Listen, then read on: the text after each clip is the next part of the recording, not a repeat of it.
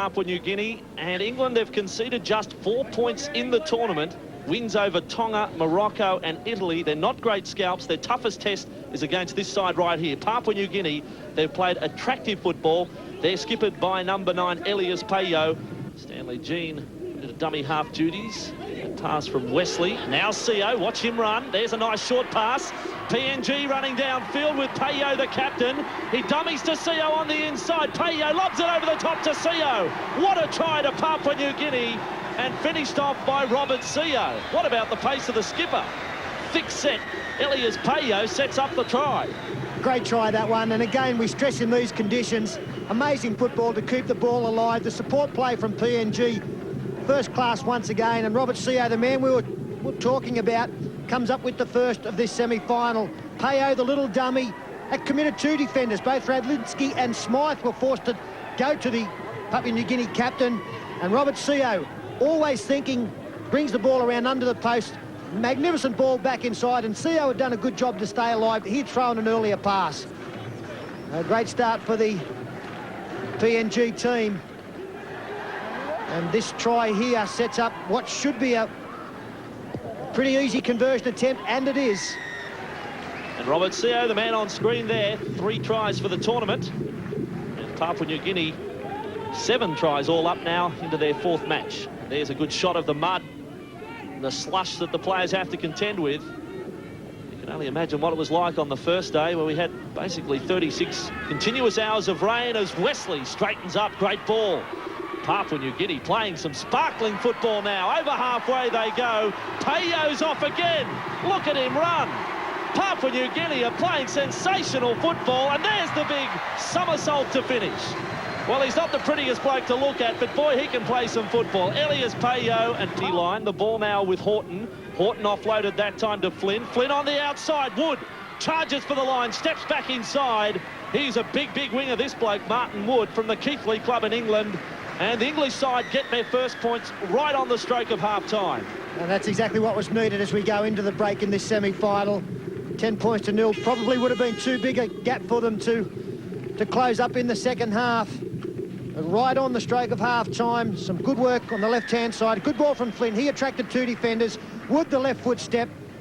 Robert Teller unable to come up with the tackle. And you can see that he hasn't been out on the field too long. Goes round under the posts, and the conversion attempt is a successful one. We'll take a break now from the National Stadium in Fiji and be back with all the second half action of our second semi-final. Papua New Guinea up against England. Second half then in this Cup semi-final. Looking to go right through to the final match of the tournament. England running from left to right for this second half. And it was a nice work at the back to prevent the ball over the dead ball line. They used basically all of their body to stop the ball. Jack Kipsey. Now on the ball, Bruce Mamando. Entertaining first half, it certainly was. 10 points to 6. Papua New Guinea leading the English side. And Elias Payo, the man who just passed, had a big part in that first half as Stanley Jean ran onto the football. There you can see the possession. England with a greater share in that first 9 minutes, as now Papua New Guinea goes straight up. A crooked old line through. John O'Cool. Downfield he goes. Plenty of pace through the mud. And the first time in this match that there was no support. He took everybody by surprise. They've got a good line to the right-hand side here. Payo, the ball back inside. Came back to where the defence was. David Wesley tackled 20 metres out. Last tackle now. Stanley Jean it is from dummy half. Payo has the chance to kick. He puts a right footer straight into the arms of Martin Wood, the English try scorer.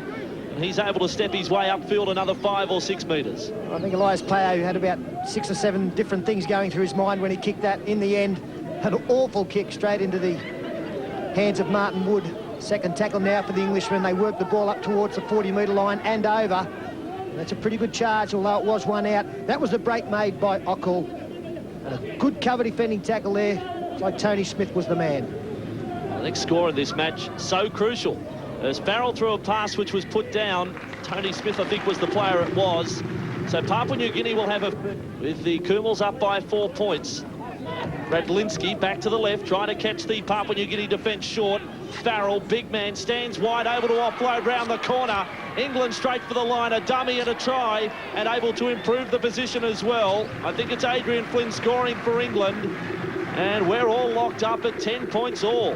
Good try. Excellent try there from England, and very good hands to The initiate. conversion attempt from Martin Pearson doesn't break our deadlock. So 10 all the score. That was a tackle on the biggest man, Dave Wesley, and this is brewing. Straight up the centre, inside the 20 for Papua New Guinea. Last tackle now for PNG. 18 metres out from the English line, and 10 all the score on a couple of minutes remaining. Well, a field goal attempt is successful. There it is, a little left footer.